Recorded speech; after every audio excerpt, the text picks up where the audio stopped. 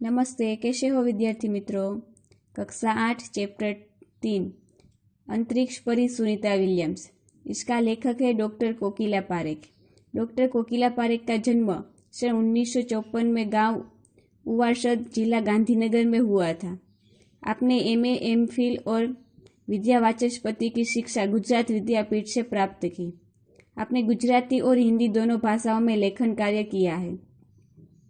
अध्यापन के साथ समाज सेवा में भी विशेष योगदान है। महिला जागृति में उन्होंने अच्छा कार्य किया है। हिंदी प्रचार प्रसार से भी उनका योगदान है। उन्होंने शिक्षा प्रशिक्षा के क्षेत्र में कई पुस्तकें लिखी है। आजकल आप गुजरात विद्यापीठ अहमदाबाद में रीडर के पद पर कार्यरत हैं। प्रस्तुत पाठ में अंतरिक्षचारियों को जानकारी के साथ साथ अंतरिक्ष परी सुनीता विलियम्स का जीवन, शिक्षा, अंतरिक्ष यात्रा के लिए परीक्षण प्रशिक्षण, अंतर्राष्ट्रीय स्पेस अड्डा, सुनीता का अंतरिक्ष रिकॉर्ड, अहमदाबाद में सुनीता का आगमन और छात्रों को प्रेरणा, लड़कियों और महिला के लिए गौरव, प्रोत्साहन तथा अंतरिक्ष यात्रा में उनके द्वारा विज्ञान की खोजों के बारे में बताया गया है। आज महिलाएं हर क्षेत्र में पुरुषों की बराबरी कर रही है। अंतरिक्ष के क्षेत्र में भी उन्होंने कदम रखे हैं। भारत के राकेश शर्मा, कल्पना चावला और सुनीता विलियम्स सफल अंतरिक्ष यात्री के रूप में प्रसिद्ध है। આજે સ્ત્રીઓ દરેક ક્ષેત્રમાં પુરુષોની બરાબરી કરી રહી છે। ભારતના રાકેશ શર્મા, કલ્પના ચાવલા અને સુનીતા વિલિયમ્સ સફળ અંતરિક્ષ यात्री તરીકે પ્રસિદ્ધ છે। सुनीता भारतीय नागरिक नहीं है, परंतु उनके पिता डॉक्टर दीपक भाई पंड्या गुजरात से अमेरिका जाकर बस गए, इसलिए सुनीता पर गुजरात और भारत को भी गर्व है। सुनीता भारतीय नागरिक नहीं, परंतु તેમના પિતા ડોક્ટર દીપકભાઈ પંડ્યા ગુજરાતથી અમેરિકા જઈને વસ્યા હતા, એટલે સુनीता पर गुजरात અને ભારતને गर्व છે। सुनीता का जन्म 19 दिसंबर 1965 को अमेरिका के ओहियो नगर में हुआ था। उनका बचपन अमेरिका के मुक्त वातावरण में बीता। दौड़, तैराकी, घुड़दौड़ और धनुर्विद्या जैसे साहस भरे खेलों में उनकी रुचि रही है।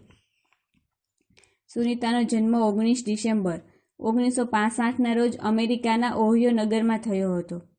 તેમનું બાળપણ અમેરિકાના મુક્ત વાતાવરણમાં વીત્યું હતું। દોડવું, તરવું, ઘોડેસવારી તથા ધનુર્વિદ્યા જેવી સાહસપૂર્ણ પ્રવૃત્તિમાં તેમની रुचि હતી।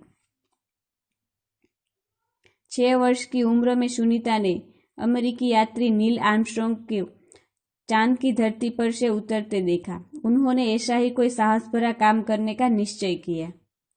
6 वर्षनी वयે सुनीताए अमेरिका यात्री नील आर्मस्ट्रॉन्गे चंद्रनी धरती पर उतरता जोया। सुनीताए पण आवुं साहसभर्युं काम करवानो निश्चय कर्यो। सुनीता ने मैसाचुसेट्स में हाई स्कूल पास कर यूनाइटेड स्टेट्स नेवल अकादमी मेरीलैंड से भौतिक विज्ञान में स्नातक और परास्नातक किया। 1927 में वे नेवल अकादमी से व्यावसायिक अनुभव के लिए जुड़ी। कई तरह के प्रशिक्षणों में सफल होकर वे ऑफिसर इंचार्ज बन गई। मैसाचुसेट्सना हाईस्कूलનું શિક્ષણ પૂરું કરીને તેઓ યુનાઇટેડ સ્ટેટ્સ નેવલ એકેડેમી મેરીલેન્ડમાંથી ભૌતિક વિજ્ઞાનમાં સ્નાતક અને અનુસ્નાતક થયા। 1987માં તેઓ નેવલ એકેડેમીમાં વ્યાવસાયિક અનુભવ માટે જોડાયા।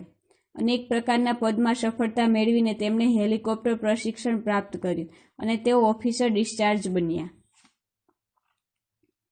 सुनीता की तीव्र इच्छा अंतरिक्ष में जाने की थी, इसलिए वे नासा गई। वहां वे अंतरिक्ष यात्री कार्यक्रम के दूसरे प्रयास में चुनी गई। 8 साल तक उन्हें कड़ा प्रशिक्षण दिया गया। सुनीता ने अंतरिक्ष में जवानी तीव्र इच्छा थी, એટલે તેઓ નાસા ગયા। ત્યાં અંતરિક્ષ यात्री કાર્યક્રમમાં બીજા પ્રયાસમાં તેમની પસંદગી થઈ। ત્યાં 8 વર્ષ સુધી તેમને સખત પ્રશિક્ષણ આપવામાં આવ્યું। सुनीता ने अपने मित्र और सहपाठी माइकल विलियम्स से विवाह किया। इसी तरह वे सुनीता पंड्या से सुनीता विलियम्स बन गई।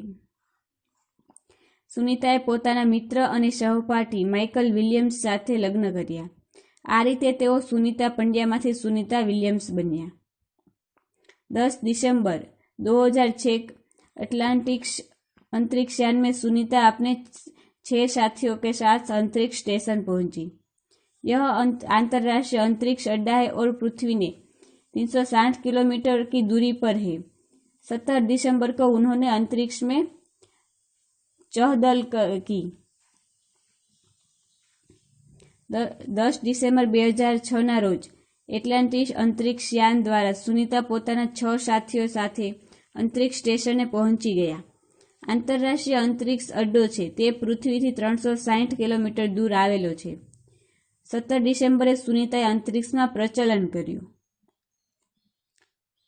सुनीता 194 दिन 18 घंटे और 58 मिनट अंतर्राष्ट्रीय अंतरिक्ष में रही। इस दरमियान उन्होंने ह्यूमन लाइफ साइंस, मानव जीवन विज्ञान, फिजिकल साइंस, भौतिक विज्ञान, पृथ्वी का निरीक्षण, शिक्षा और टेक्नोलॉजी डेमोन्स्ट्रेशन जैसे विषयों पर काम किया। इस दौरान जमा किए हुए ब्लड सैंपल सुनीता ने न्यूट्रिशन से संबंधित अनुसंधान करने वाले वैज्ञानिकों तक पहुंचाए। सुनीता 194 દિવસ 18 કલાક અને 58 મિનિટ આંતરરાષ્ટ્રીય અંતરિક્ષ કેન્દ્રમાં રહ્યા।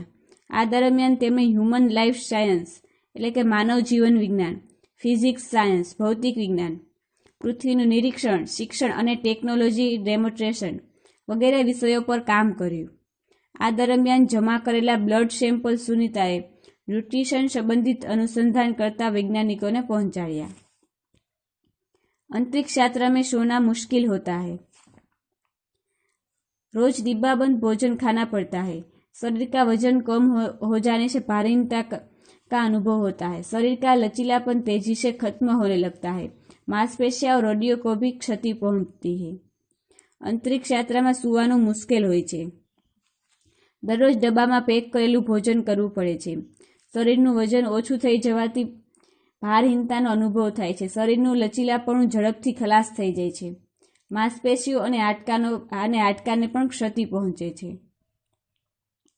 सुनीता बताती है कि अंतरिक्ष से पृथ्वी बहुत सुंदर और शानदार दिखाई देती है। वहां से विश्व सीमा में बटा हुआ नहीं दिखाई देता। कितना अच्छा हो यदि पृथ्वीवासियों आपस में भेदभाव न रखे और विवादों से दूर रहे। अंतरिक्षमांथी पृथ्वी खूब सुंदर और शानदार देखाय छे। ત્યાંથી વિશ્વ સીમાઓમાં વહેંચાયેલું દેખાતું નથી। પૃથ્વીવાસીઓ પરસ્પર ભેદભાવ ન કરે અને વિવાદોથી દૂર રહે તો કેવું સારું। 22 जून 2007 को अंतरिक्ष यान अटलांटिस द्वारा सुनीता विलियम्स अपने साथियों के साथ सकुशल धरती पर लौटी। अपनी अंतरिक्ष यात्रा में सुनीता ने कई रिकॉर्ड बनाए। 22 जून 2007 ना रोज अंतरिक्ष यान अटलांटिस द्वारा सुनीता विलियम्स પોતાના સાથીઓ સાથે સકુશળ ધરતી પર પાછા ફર્યા। પોતાની અંતરિક્ષ યાત્રામાં સુनीताએ अनेक रिकॉर्ड बनाव्या। 20 सितंबर 2007 को सुनीता विलियम्स अहमदाबाद आई। यहाँ उनका भव्य स्वागत किया गया। 20 સપ્ટેમ્બર 2007 ના રોજ સુनीता વિલિયમ્સ અહમદાબાદ આવ્યા અને તેમનું ભવ્ય સ્વાગત થયું।